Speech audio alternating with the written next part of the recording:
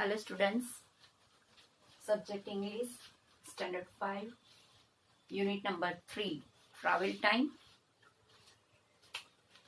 activity number 4A વિશે આજે આપણે જોઈશું, અભ્યાસ કરીશું. Look at this picture. Picture એટલે ચિત્ર. ચોપડીમાં તમને સરસ મજાનું એક ચિત્ર આપેલ જ છે વિદ્યાર્થી મિત્રો. લુક એટલે જુઓ આ ચિત્રને. There is a seesaw. Seesaw એટલે કે દરિયા કિનારો. એ ચિત્ર શાનું છે તો કે દરિયા કિનારાનું ચિત્ર છે. નેહાબેન is ગોલુ's mother. Mother એટલે માતા. અહીં apostrophe s નો ઉપયોગ થયેલો છે. ગોલુસ એટલે કે ગોલુના. નેહાબેન એ ગોલુના માતા છે. રોહિતભાઈ ઇઝ ગોલુસ ફાધર. ફાધર એટલે પિતા અને રોહિતભાઈ જે છે એ ગોલુના પિતાજી છે. પિંકુ ઇઝ ગોલુસ સિસ્ટર અને પિંકુ જે છે એ ગોલુની સિસ્ટર એટલે કે બહેન છે. રોહિતભાઈ હેઝ અ ન્યૂઝપેપર. ન્યૂઝપેપર એટલે કે સમાચાર પત્ર. રોહિતભાઈની પાસે સમાચાર પત્ર છે. He is reading the newspaper aloud. Aloud એટલે મોટેથી. જે રોહિતભાઈ છે એ મોટેથી સમાચાર પત્ર વાંચી રહ્યા છે.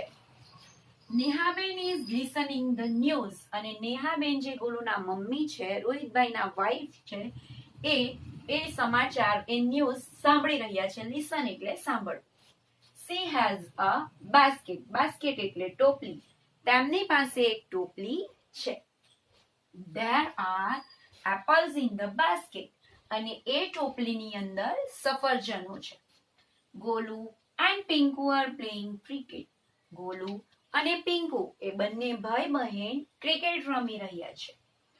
Golu has a bat. Cricket રમી રહ્યા છે અને ગોલુની પાસે બેટ છે. Pinku has a ball. અને પિંકુની પાસે રમવા માટે બોલ છે. There is a balloon man. ત્યાં એક ફુગ્ગાવાળો પણ છે. He has balloons. તેની પાસે ફુગ્ગાઓ છે. They go for picnic by bus. અને આ દરિયા કિનારાની પિકનિક પર તેઓ શાના દ્વારા ગયા હતા તો કે બસમાં બેસીને બસ દ્વારા ગયા હતા. તો વિદ્યાર્થી મિત્રો, એક સરસ મજાની પિકનિક પર ગયેલું એક ફેમિલી, તેના વિશેનું એક્ટિવિટી 4A વિશે આપણે અભ્યાસ કર્યો. આગળના વિડીયોઝમાં આપણે એની એક્ટિવિટી વિશે પણ જોઈશું.